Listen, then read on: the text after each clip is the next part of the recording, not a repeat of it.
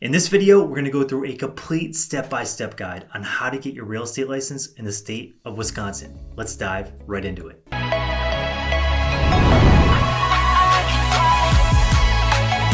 Welcome to the Empire of Real Estate YouTube channel. On this channel, we talk about real estate entrepreneurship and how to build your own real estate empire. Before we get started, I want to offer you our free How to Get Licensed and Start Your Real Estate Career Guide. Everything in this video plus more is inside that guide, so get your free copy down below in the description box today. I hope you enjoy it. The very first thing you must do before you start going through this process is make sure you meet some of the basic requirements. The first one is you must be 18 years old or older, and you must have a high school diploma or its equivalent. Next, you're going to want to work on completing your real estate pre-licensed education classes. In the state of Wisconsin, you're required to complete 72 hours of state-approved pre-licensed education classes.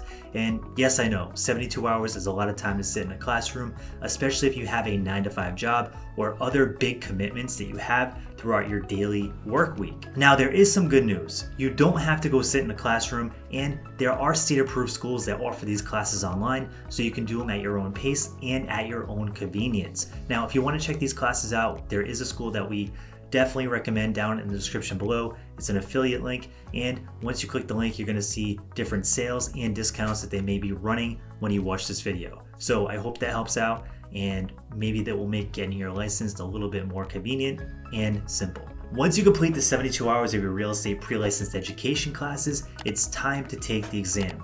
But I would suggest you put the brakes on the entire process for 2 weeks, and here's why. A good percentage of people that take the exam the first time fail. And in order to avoid that, I would highly suggest time blocking some study time so you can do some things to help you give yourself a chance of a higher pass rate.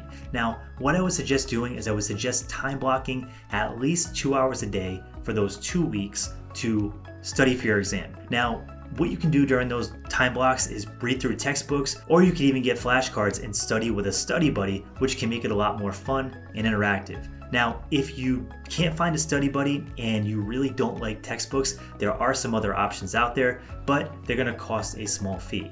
Back when I was getting my license, I really did not like textbooks, and I had nobody that I was doing this with, so flashcards really didn't make a ton of sense. So I looked online and I searched around, and I found a couple different tools that helped me pass my exam.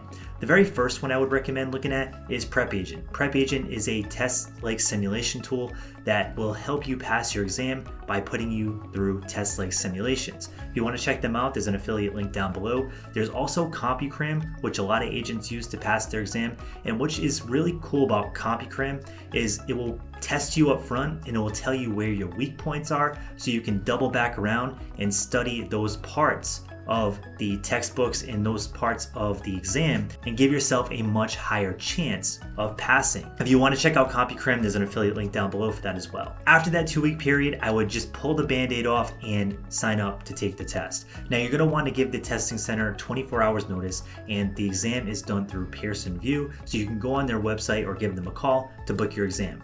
On test day, you're going to want to bring a couple of things to the testing center to make sure that they allow you to take your test. The very first thing is 2 basic forms of identification.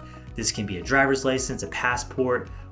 There's a lot of different things that you can use for your identification, and there's a full list of those things on their website.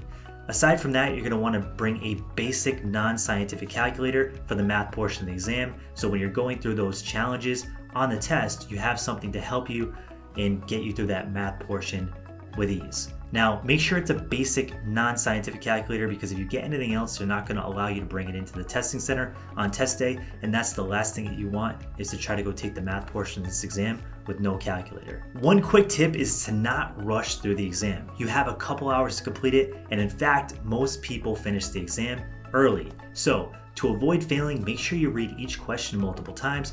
Make sure you read through the questions and make sure you really digest what they're asking, because some of the questions are a little tricky, and if you didn't get any of the exam prep tools, you might not be used to the format in which the questions are asked, and they're not doing this to trick you. They're doing it to make sure you really understand the knowledge behind the question and that you're prepared to go out into the field and practice real estate. So make sure you read each question multiple times, because sometimes they're tricky questions and you can misunderstand what they're asking, and you might even know the right answer and you can get that wrong. So make sure you do that, make sure you take your time, and you're probably going to still complete the exam early. Once you have completed the exam, you walk out of the testing center and there's not going to be a ton of anxiety because you're going to find out right away if you passed or failed. Now, if you failed the exam, don't give up because it's not the end of the road.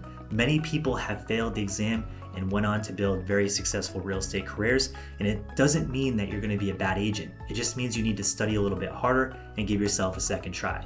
If you did pass the exam, it's time to celebrate. You truly have hit a milestone, you have really accomplished something great, and now you're on to the next step and building your real estate career and getting your career off the ground. Now, once you have passed your exam, it's time to do your background check and your application. And with the background check, they're going to be looking for things like any felonies or anything that would prevent you from getting your real estate license. If you do have these things, make sure you reach out to your state and ask if they're willing to make an exception before you put all this work into pre-licensed education classes and taking your exam. Now, once you have the completed background check back in hand, you're going to take your completed pre-licensed education that's state approved, you're going to take your past real estate exam and your background check, and you're going to submit it for your license application. While you wait for that license application to come back, which can take a couple of weeks, I would start looking into brokerages because as a new real estate agent, you're going to have to find a broker that's going to sponsor you and hopefully mentor you. So I would definitely meet with 3 to 5 different brokerages, see which one is the best fit for you. And I want to give you a couple quick tips to help you pick the right brokerage because this is such a crucial part of this process and it's probably one of the most exciting parts. But it's also one of the parts that a lot of agents really mess up because they think that they're just going to put their license anywhere and it doesn't make a difference. The truth is 87.6% of real estate agents fail out of the industry within the first couple of years. And to avoid that statistic, it's really important to pick the right mentor and the right brokerage. Now, I want to give you a couple tips to help you pick the right broker. The first thing I would do is I would ask that brokerage if they have a new agent training program in place. Now, I don't mean mentorship because your mentor is someone that's going to be able to pick up the phone and help you with specific questions and when you're kind of stuck on something. But a new agent training program is going to teach you all the things you need to do to establish your business and set your business up so that it launches in the right way. Now, this can be through courses, this can be through 1 time a week in-person trainings, but you really want a system that you can follow that's going to take you from start to finish and really get your business off the ground. Now, the second thing I would look for is a mentor in place because even with that new agent training system, you're going to want to really make sure you have someone that you can call, touch base with, and ask questions to when you get stuck on certain things. I remember when I was in my first year in real estate, there were a million things that I had questions about, and having someone to answer the phone and talk me through those problems made all the difference.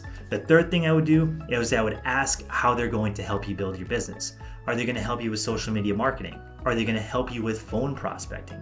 Are they going to help you generate leads? Or are they going to have you reach out to your friends and family with SOI marketing? Now, there's no right or wrong way to run your business, but you want to make sure you join a brokerage that aligns with the way you want to build your business and your plan for building your business. Now, what I can tell you is the fastest way I've learned to build my business is with phone prospecting. But there are other avenues like social media and other things you can do that definitely do make a difference. So make sure you ask the brokerage what kind of game plan that they're going to teach you that's going to help you get your business off the ground. Now, you're probably wondering how much it's going to cost you to actually start this new business and this new career. Well, I want to run through some of the common expenses that you might face when you're going through this process. The very first one is going to be your real estate pre-licensed education classes. Now, I would budget between $400 and $500 for this expense, and if you want to get into a really good school, then I would budget at least this. And keep in mind, there are different sales and discounts that different schools run, and if you check that link down below, the affiliate link, you probably will see some different sales and discounts, so you might be able to get it at a lower cost,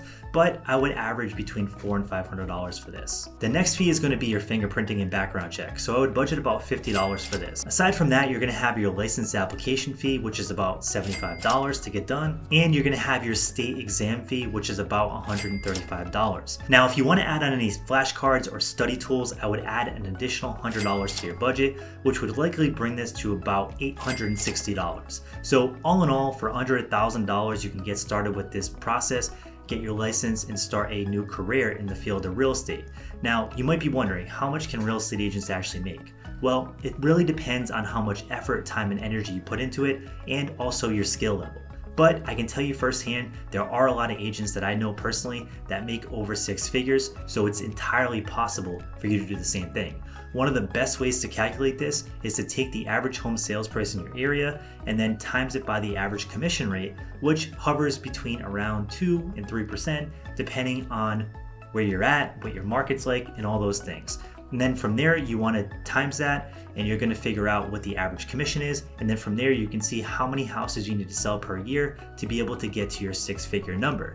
And once you have that number, you can decide for yourself if you feel like that is a goal that you can achieve, or if you feel like it's a little out of reach. But in most cases, what I can tell you, if you put the work in and you spend the energy, within a couple years, a lot of agents do end up making 6 figures and they end up in a very lucrative career. So if you have any questions about getting your real estate license, drop it in the comment section below. I'd love to help you out. And if you get your real estate license this year, drop that in the comment section below as well. Thanks so much for tuning in and have a great day.